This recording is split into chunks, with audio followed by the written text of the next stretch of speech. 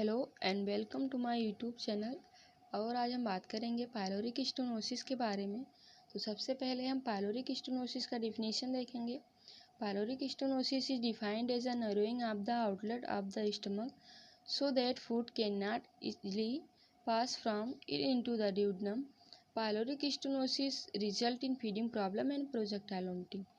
जो pyloric stenosis है उसमें क्या होता है कि जो हमारे स्टमक का आउटलेट वाला पार्ट होता है वो नैरो हो जाता है, और जिसकी वजह से जो फूड होता है वो हमारे ड्यूडेनम में इजीली पास नहीं हो पाता है।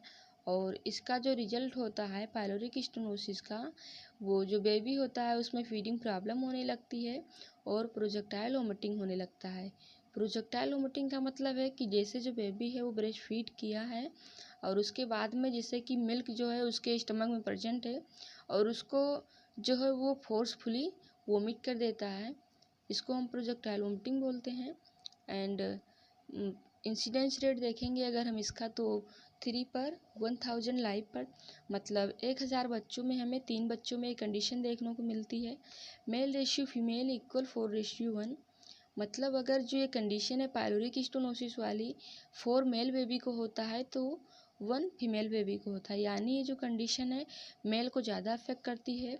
And commonly in the first born male child, अगर जो चाइल्ड हुआ है अगर वो मेल है तो उसको ज़्यादा होने के चांसेस होते हैं, उनमें ज़्यादा होता है ये condition.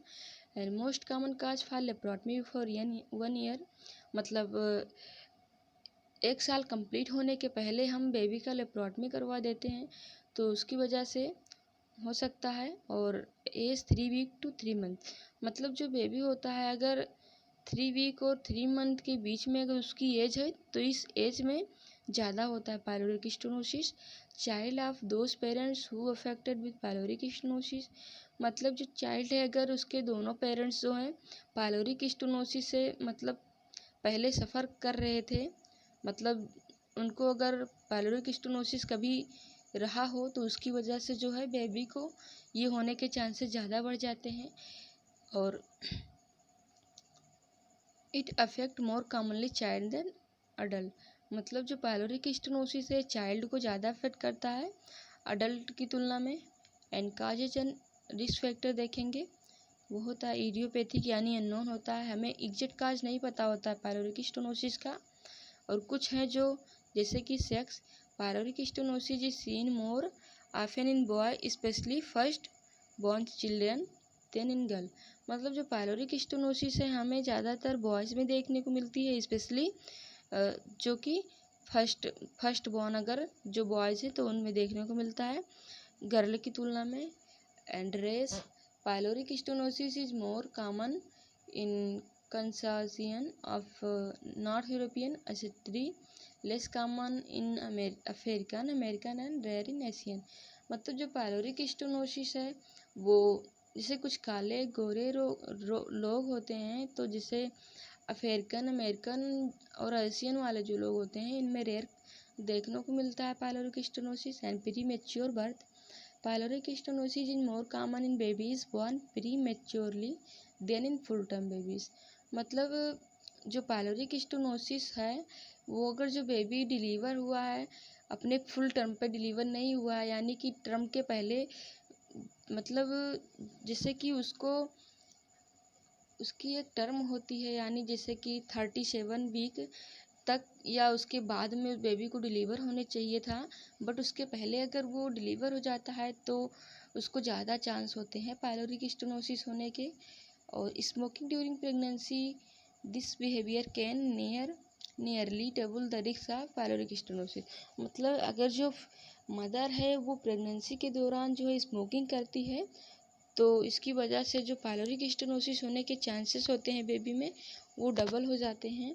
And early antibiotic use, babies given certain antibiotic in the first week of life, erythromycin to treat whooping cough for example have an increase risk of pyloric stenosis. मतलब क्या है इसमें, अगर जो बेबी है अगर उसको whooping cough हो रहा है फर्स्ट वीक के दौरान जो है, तो whooping cough होती है तो उसको हम ट्रीट करने के लिए एरिथ्रोमाइसिन दे देते हैं बेबी को, तो उसकी वजह से जो है पायलोरिक स्टेनोसिस होने के बेबी में चांसेस ज़्यादा बढ़ जाते हैं। और bottle feeding, Some studies suggest that bottle feeding rather than breastfeeding can increase the risk of pyloric stenosis। मतलब जैसे कि जो बेबी है अगर हम उसको बॉटल से फीड करवाते हैं तो उसकी वजह से जो है पायलोरिक स्टेनोसिस के जो है रिस्क ज़्यादा बढ़ जाते हैं। ये कुछ स्टडी के थ्रू पता चला है।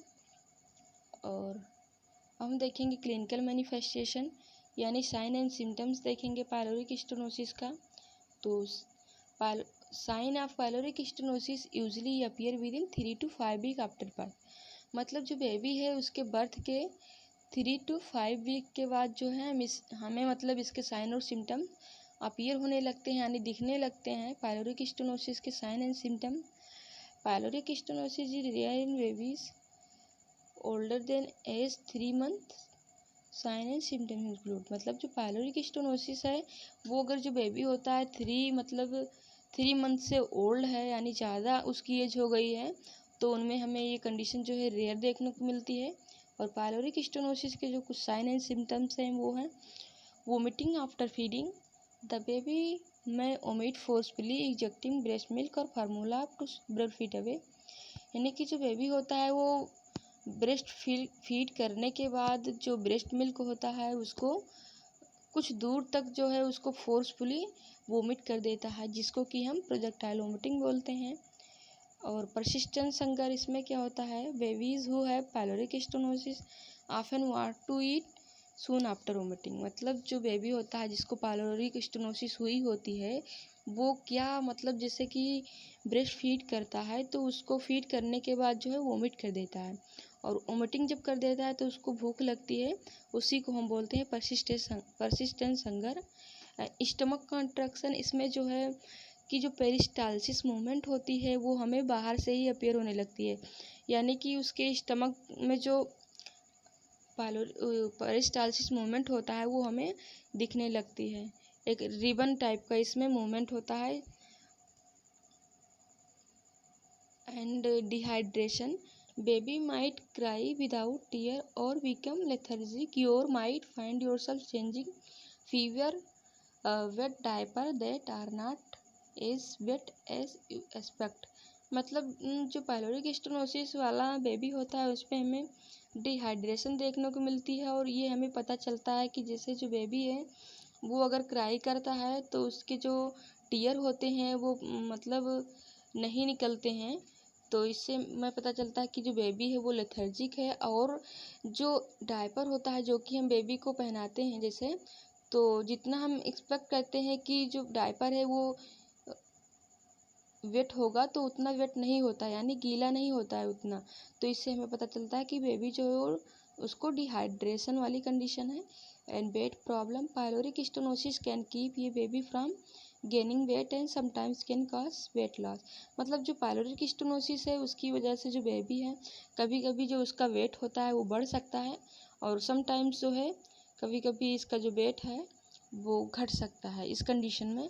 और डायग्नोस्टिक इवैल्यूएशन हिस्ट्री टेकिंग करते हैं और एमआरआई और फिजिकल एग्जामिनेशन भी करते हैं और बेरियम एक्सरे में जो जैसे कि पायलोरस वाला पार्ट होता है हमारे स्टमक का जहाँ पे नरोइंग हुई होती है वो यहाँ पे जब एक्सरे करते हैं तो वो शो होने लगती है। और मेडिकल मैनेजमेंट में है infantile pyloric stenosis is typically manage with surgery, very few cases are mild and up to be treated medically.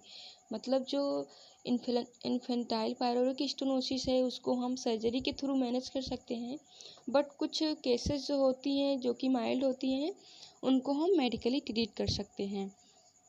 और the danger of pyloric stenosis come from the dehydration and electrolyte disturbance rather than the underlying problem itself. मतलब जो pyloric stenosis होता है उसमें जो baby है उसको dehydration हो जाती है और जो उसके इलेक्ट्रोलाइट्स होते हैं वो डिस्टर्ब हो जाते हैं यानी इम्बैलेंस हो जाते हैं। और इसके लिए जो है हम बेबी का जो डिहाइड्रेशन लेवल है उसको हम करेक्ट करते हैं और जैसे कि high blood pH seen in combination with low chloride level with IV fluid. मतलब जैसे कि इसमें जो ब्लड में कुछ एबनॉर्मलिटी हो जाती हैं उसके पीएच जो है बढ़ जाते हैं तो उसके लिए हम बेबी को आईवी फ्लूइड देते हैं ताकि वो मेंटेन हो जाए। और सर्जिकल मैनेजमेंट करते हैं, जैसे कि लेप्रोस्कोपिक पायलोरोमायोटॉमी। जो पायलोरस मसल्स होती है जहाँ पे नरोइंग हो जाती है वहाँ पे हम इंसिजन करते हैं। और इस जो प्रोसीजर को जो है हम फ्रेड रेमेस्टे पायलोरोमायोटॉमी के नाम से जानते हैं। मतलब ये जो है एक ही प्रोसीजर है लेकिन इसका नाम जो है अलग अलग है। लेप्रोस्कोपी पायलोरोमायोटॉमी को हम फ्रेड रेमेस्टे पायलोरोमायोटॉमी के नाम से जानते हैं। और नर्सिंग मैनेजमेंट में है कि जो बेबी होता है हम उसको जैसे कि ऑपरेशन थिएटर में लेकर जाते हैं सर्जरी के लिए, तो उसका जो थर्मो रेगुलेशन है उसको हम मेंटेन करके रखते हैं। और उसके बाद में monitor temperature hourly until stable. मतलब जो बेबी है उसका हम टेम्परेचर एक एक घंटे पे जो है मॉनिटर करते रहेंगे जब तक कि बेबी जो है स्टेबल नहीं हो जाता है। और रूटीन पोस्ट एनेस्थेटिक ऑब्जर्वेशन। मतलब इसका जो बेबी का हम एनेस्थेसिया देते हैं जो ड्यूरिंग मतलब सर्जरी, तो उसको हम मॉनिटर करते रहेंगे, ऑब्जर्व करते रहेंगे डेली। और monitor wound and report abnormality to surgeon. मतलब जहाँ पे इंसिजन लगा है बेबी को वहाँ पे मॉनिटर करते रहते हैं और अगर कोई एब्नॉर्मलिटी होती है तो हम सर्जन को इन्फॉर्म करते हैं। Observe for bleeding redness swelling ओस फ्रॉम इंसिजन साइड। मतलब जहाँ पे इंसिजन हुआ है उसको हम देखते हैं कि बेबी जो है उसको ब्लीडिंग तो नहीं हो रही है या रेडनेस तो नहीं हो रहा है या स्वेलिंग तो नहीं हो रही, ये सब हम ऑब्जर्व करते रहते हैं। और maintain adequate fluid balance and monitor IV side. मतलब जो बेबी है उसका हम जो फ्लूइड बैलेंस है उसको मेंटेन करते हैं और आईवी साइड को जो है मॉनिटर करते हैं कि जो कहीं पे लीकेज नहीं हो रही या बेबी खुद तो उसको रिमूव नहीं कर दे रहा है। और ensure adequate pain relief use pain assessment tool. मतलब हम सुनिश्चित करते हैं कि जो बेबी है उसको पेन से रिलीफ मिला या नहीं, तो उसके लिए हम पेन असेसमेंट टूल का यूज़ करते हैं। और जैसे कि मैंने बताया था जो पायलोरिक स्टेनोसिस होता है वो हमारे स्टमक के पायलोरस वाले पार्ट में होता है, तो ये जो है ये नॉर्मल स्टमक है। और ये जो है पायलोरिक स्टेनोसिस वाला स्टमक है, तो इसमें जो पायलोरस पार्ट होता है ये नैरो हो जाता है। जो आज का अपना टॉपिक था फ्रेंड वो फिनिश हुआ। आई होप कि मेरा वीडियो आपको समझ में आया होगा। अगर समझ में आया तो प्लीज़ चैनल को सब्सक्राइब कीजिए, लाइक कीजिए एंड शेयर करना ना भूलिए। Thank you friend, thanks for watching.